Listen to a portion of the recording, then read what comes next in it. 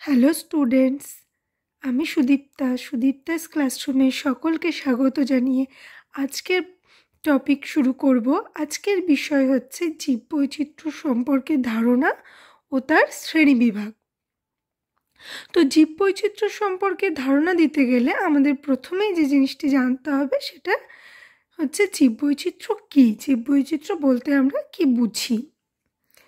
জীববৈচিত্র্য বলতে আমরা কি বুঝি?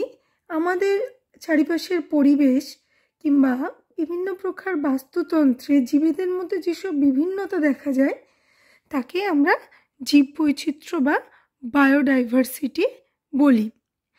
তো এই যে বিভিন্নতা দেখা যায়, এই জীববৈচিত্র্যর যে ধারণা, এটা প্রথম কিন্তু এই শব্দটা প্রবর্তন করেছিলেন বিজ্ঞানী ডব্লিউ.জি. রোসেন 1985-এ। তাহলে জীববৈচিত্র্য বা বায়োডাইভার্সিটি কথাটি, জীববৈচিত্র্য বা বায়োডাইভার্সিটি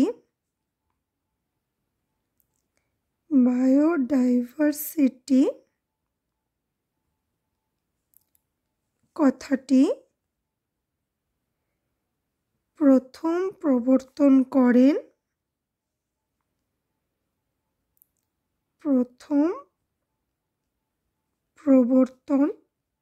করেন বিজ্ঞানী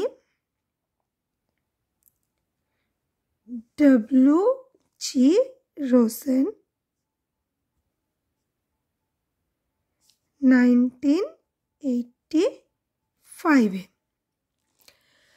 তো এই প্রথম প্রবর্তন করেন ডব্লিউ.জি. রোসেন 1985-এ। এরপরে বিভিন্ন বিজ্ঞানীরা বিভিন্ন মতবাদ দিয়েছেন। রিও ডি জেনেরিওতে এই বায়োলজিক্যাল ডাইভার্সিটি নামক একটি সমাবেশে জীববৈচিত্র্যের একটা সার্বিক সংজ্ঞা উপস্থাপিত করা হয়েছিল।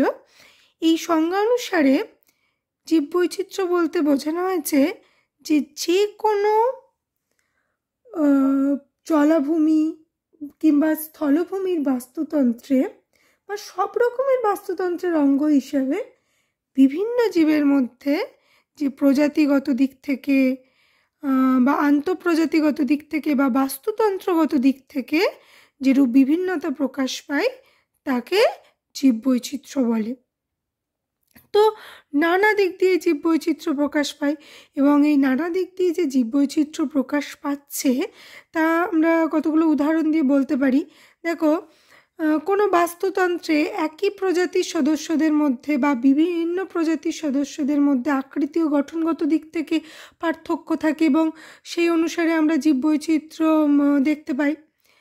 আবার জনন সম্পন্ন করার জন্য বিভিন্ন জীবরা বিভিন্ন পদ্ধতির অবলম্বন করে। যেমন অনুন্নত আমরা 3 ধরনের জননের কথা জানি। সেটা হচ্ছে উদ্ভিদের ক্ষেত্রে যেমন দেখা যায় অঙ্গজ জনন, আবার কিছু নিম্ন শ্রেণীর প্রাণীদের ক্ষেত্রে দেখা যায় অযৌন জনন, আবার কিছু উচ্চ শ্রেণীর প্রাণীদের ক্ষেত্রে দেখা যায় যৌন জনন। তাহলে আবার দেখো 3 নম্বর পয়েন্টে কি বলেছি যে বনভূমির বিভিন্ন উদ্ভিদের মধ্যেও পার্থক্য লক্ষ্য করা যায়। আবার কোনো বাগানের বিভিন্ন রঙের ফুলেও কিন্তু এরকম জীববৈচিত্র্য পরিলক্ষিত হয়।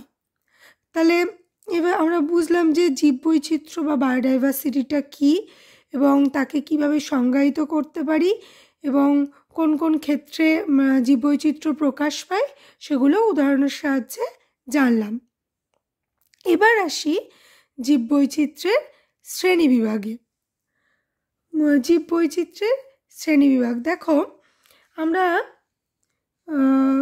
জীবের গঠনভিত্তিক চরিত্রের বিচারে কিন্তু জীববৈচিত্র্যকে মোটামুটি 3টি ভাগে ভাগ করতে পারি।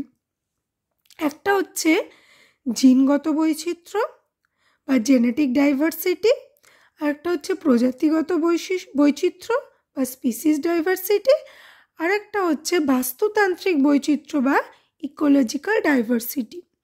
তো সবার প্রথমে আসি জিনগত বৈচিত্র্য বা জেনেটিক ডাইভার্সিটিতে। জিনগত বৈচিত্র্য কি? প্রতিটি জীবের চারিত্রিক বৈশিষ্ট্যেরই একটা কিন্তু জিনগত ভিত্তি থাকে। এই কারণেই কিন্তু জীবে জীবে প্রভেদ বা এক প্রজাতির সঙ্গে অন্য প্রজাতির পার্থক্য। এবং এই জিনগত বিভিন্নতায় বিচার্য জীব বৈচিত্র্যকেই বলা হচ্ছে কিন্তু জিনগত বৈচিত্র্য। তাহলে কোনো একটা মানে একে যদি সহজভাবে আমরা বলতে যাই, তাহলে কোনো একটি নির্দিষ্ট প্রজাতির মধ্যে জিনের যেসব পরিবর্তন বা রূপভেদ লক্ষ্য করা যায় তাকেও কিন্তু আমরা জিনগত বৈচিত্র্য বলতে পারি। যেমন একই বাবা মায়ের দুটি সন্তানের মধ্যেও কিন্তু কিছু পার্থক্য লক্ষ্য করা যায়, আবার বিভিন্ন মানুষে মানুষে প্রভেদ লক্ষ্য করা যায়। তাহলে এগুলোই কিন্তু জেনেটিক ডাইভার্সিটি। এবার আসি প্রজাতিগত বৈচিত্র্য বা প্রজাতি বৈচিত্র্য বা স্পিসিস ডাইভার্সিটি কি? কোনো একটা নির্দিষ্ট অঞ্চলের বিভিন্ন প্রজাতির উপস্থিতিকে কিন্তু বলা হয় প্রজাতির বৈচিত্র্য। যে কোনো অঞ্চলে অনেক রকম প্রজাতি যখন একসঙ্গে বসবাস করে তখন কিন্তু কমিউনিটি গঠন করে। তাহলে বিভিন্ন প্রজাতিগুলো একসঙ্গে কি গঠন করে? কমিউনিটি গঠন করে।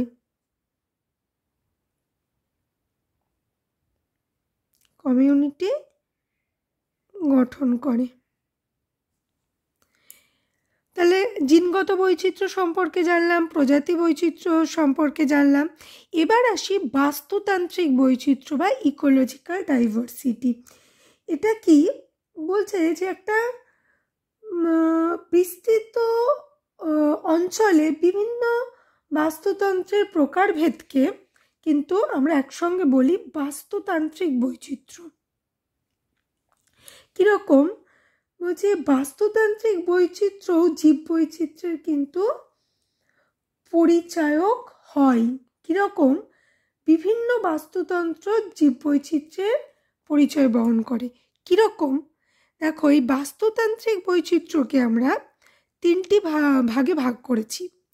একটা আলফা বৈচিত্র্য, একটা বিটা বৈচিত্র্য, একটা গামা বৈচিত্র্য। এই তিনটে বৈচিত্র্যকে আলাদা আলাদাভাবে ব্যাখ্যা করলে বুঝতে পারবে যে বাস্তুতান্ত্রিক বৈচিত্র্যটা কি।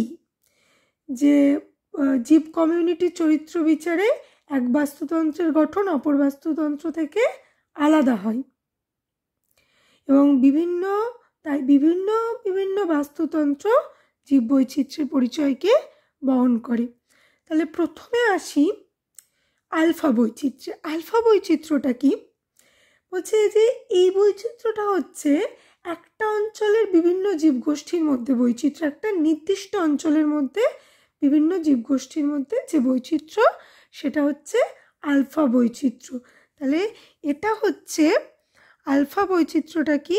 একটি নির্দিষ্ট অঞ্চলের বিভিন্ন জীবগোষ্ঠীর মধ্যে বৈচিত্র্য। বিভিন্ন জীবগোষ্ঠীর মধ্যে বৈচিত্র্য। দেখো নিচে একটা ছবির সাহায্যে বোঝাতে চেয়েছি। এখানে তিনটে অঞ্চলে ভাগ করেছি। এই যে এটা একটা অঞ্চল, এই যে এই একটা অঞ্চলের যে উদ্ভিদের মধ্যে ভ্যারিয়েশনটা দেখিয়েছি এটাকে তাহলে কি বলবো আমরা? আলফা বৈচিত্র্য। এটাকে বলবো আমরা আলফা বৈচিত্র্য। এবার নেক্সট আসি বিটা বৈচিত্র্য। বিটা বৈচিত্র্যটা কি? বলছে একটা ভৌগোলিক অঞ্চলের অন্যান্য সংলগ্ন অঞ্চলের ভিন্ন ভিন্ন বাসস্থানের জীবগোষ্ঠীর মধ্যে যে বৈচিত্র্য তাকে বলা হচ্ছে বিটা বৈচিত্র্য। এই যে আলফা বৈচিত্র্য এটা একটা অঞ্চলের বৈচিত্র্য এবং তার পাশের এই যে সংলগ্ন অঞ্চল এটার একটা বৈচিত্র্য। তাহলে এই দুটো মিলে যে বৈচিত্র্য তৈরি হলো, এই যে দুটো অঞ্চলের জীবগোষ্ঠীর মধ্যে যে বৈচিত্র্য তৈরি হলো সেটা হচ্ছে বিটা বৈচিত্র্য। এবার আসছি তাহলে সংলগ্ন অঞ্চলের একটি ভৌগোলিক অঞ্চলের সংলগ্ন অঞ্চলের ভিন্ন ভিন্ন বাসস্থানে জীবগোষ্ঠীর মধ্যে বৈচিত্র্য। সংলগ্ন অঞ্চলের, লিখতে পারি পাশাপাশি সংলগ্ন অঞ্চলের, পাশাপাশি সংলগ্ন অঞ্চলের ভিন্ন ভিন্ন বাসস্থানের জীবগোষ্ঠীর মধ্যে বৈচিত্র্য। ভিন্ন ভিন্ন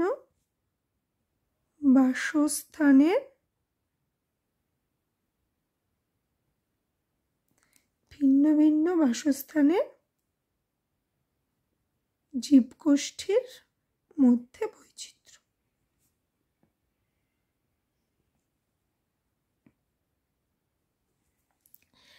এবার দেখো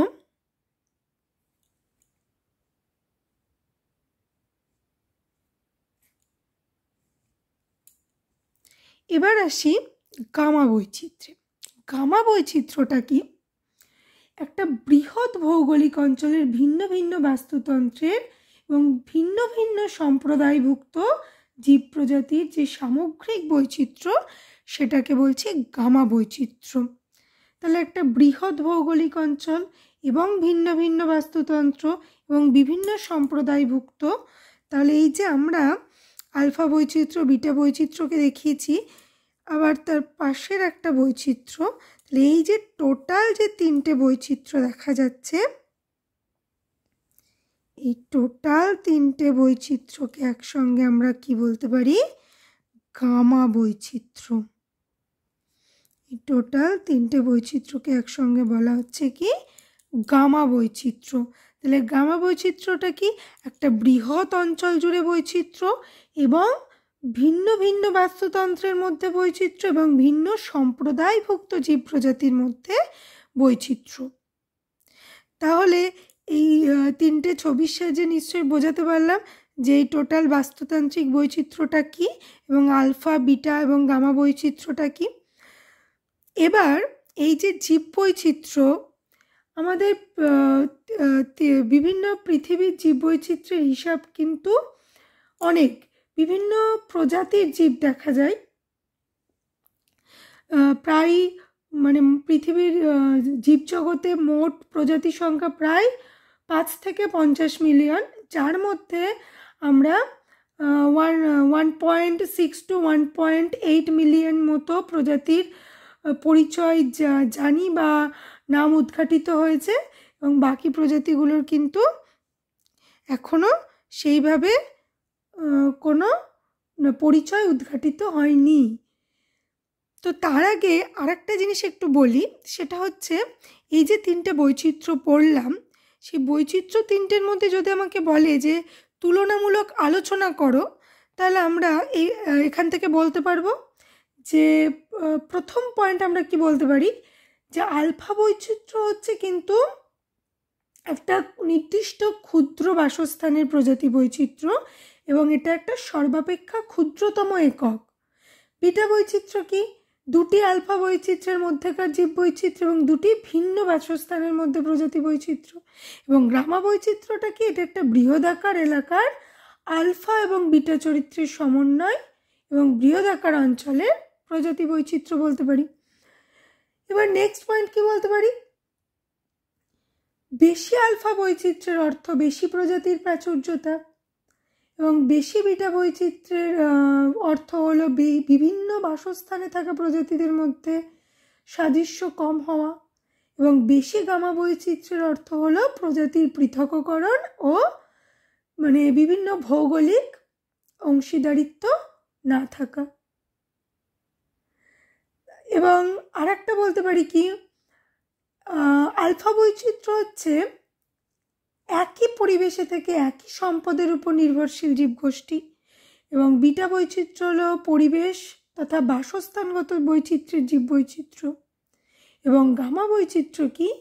বিভিন্ন অঞ্চলে অবস্থিত বিভিন্ন প্রজাতির বৈচিত্র্য।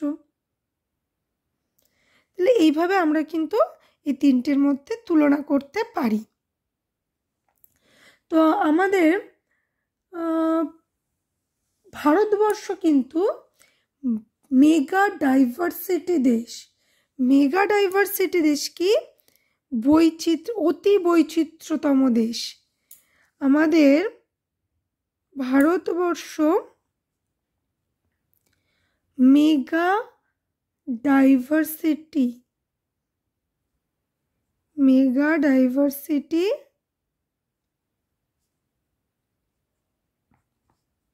দেশ বা অতি বৈচিত্র্যের দেশ। আমাদের বর্তমানে বিশ্বের 17টি মেগা ডাইভার্সিটি দেশের মধ্যে ভারতবর্ষ হচ্ছে একটি মেগা ডাইভার্সিটি দেশ। ভারতবর্ষে প্রায় 1,15,000 প্রজাতির উদ্ভিদ ও প্রাণী চিহ্নিত হয়েছে এবং সব মিলে এদেশে প্রায় 45,000 উদ্ভিদ প্রজাতির উপস্থিতি দেখা যায়। এর মধ্যে 15,000 প্রজাতি সপুষ্পক উদ্ভিদ এবং এদেশের প্রাণী সম্পদেও সমৃদ্ধ এদেশ এবং প্রায় 75,000 প্রাণী প্রজাতির 80% পতঙ্গ দেখা যায়। তো এই ছিল হচ্ছে আমাদের আজকের বিষয়, জীববৈচিত্র্য এবং তার শ্রেণীবিভাগ।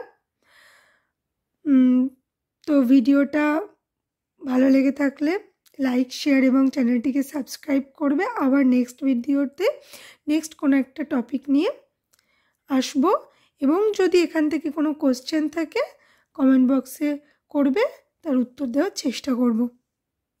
Thank you.